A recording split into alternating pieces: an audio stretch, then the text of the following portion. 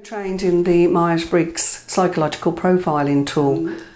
I often use it with people when they first come to me, because it's really good to know really where you're coming from, how you like to live in the world, what your preferences are. And of course we can be anything we want.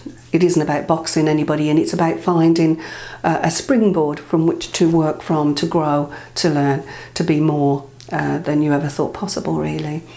It's really interesting. You take a little questionnaire and you come out 4 letters. The 4 letters mean nothing on their own, really. But when you pop them together, it comes out as a particular type. There's 16 types and you'll come out as one of them. But as I say, you can be any of those 16 types. We can adapt quite readily as human beings. But it does give you that idea of who you are and how you relate to another. It's very useful in couples therapy. It's very useful for people who are struggling with relationships in work, with their children. Some people prefer, of course, introversion, and introversion is a word Carl Gustav Jung used because he was the creator of the MBTI. Myers-Briggs was a mother and daughter that added to the whole concept of Jung's. But he was the one that came up with the terminology. So extroversion doesn't mean going to parties, enjoying, blah, blah, blah. It's where you get your energy from. It's how you feel charged inside. An introverted person, a person with introversion as a preference, will get their energy from being alone, from their own thoughts. It's almost as if they can plug into themselves and have their own battery energy. Whereas, as I say, a person with extroversion preference needs to plug in with other people around. Now, it doesn't mean to say they take their ideas or anything like that. It's just that they give them that lift, and then they can think. If you get a person with an extroversion preference and pop them in an office for 10 hours a day, they become depressed. If you get a person with an introversion preference and you pop them in with lots of people for 10 hours a day, they become depressed. It's because they prefer to get their energy in their way. And then there is, again, how we receive information.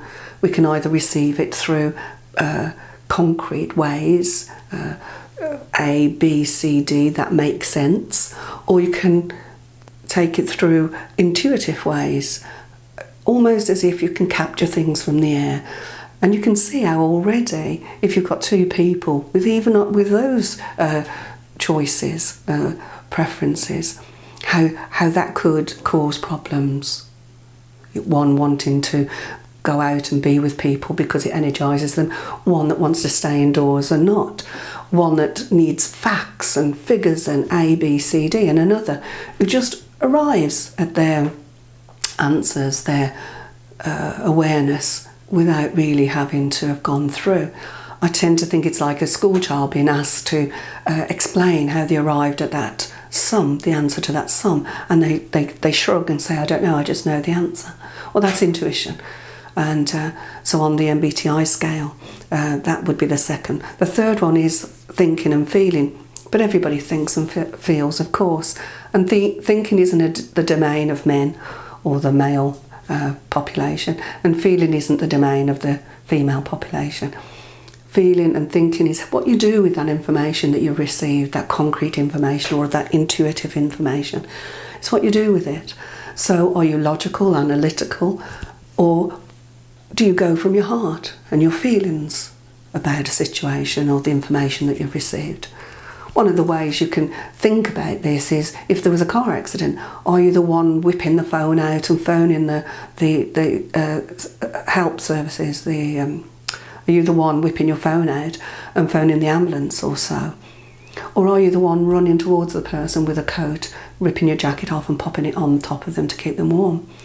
Now, both of those people are being useful and helpful, but one is using their mind, their analytical mind, to phone, to process, and the other one is using their feelings to run towards and help. Neither is good, neither is bad, it's just different. And the last one is how we like to live in the world. And that's judging and perceiving. Now, we all judge and we all perceive. It isn't about those words. Remember, it's Carl Gustav Jung's words. They're different. They have different meanings. We've tended to overuse them and use them how we feel they should be used. But actually, he meant for a judging person, which we'd say was a J, they like straight lines. They know where they're going. If they were given homework, for instance, or work to do at work, they would start it there and then, and they would be methodical and arrive at their end work in a timely manner, and it would be good and it would be fine, and that's great. A person with a perceiving preference would probably start the night before the work was due to be handed in, whether at work or at school. The work would still have high quality, it still would be as good, but it wouldn't necessarily, they wouldn't necessarily start that work until later. They like that buzz of, rush and so on. Whereas the person with the J preference, doesn't like feeling under pressure. They like to get their work done methodically. So often a J person will always wear a watch, often be on time. Not always, of course. We're human, and we're talking about preferences. And a P person would often not wear a watch, and often would be the one that is running late. So if you could look at those scales and decide for yourself, after doing the questionnaire, which one related to you, and maybe which one related to your boss or your partner or your child or someone your colleague, you could see how that would create in itself difficulties. But we can adapt and change. But we can't adapt and change another. It's only ourselves we can adapt and change. But if we want harmonious relationships, we'll invest in that adaptation.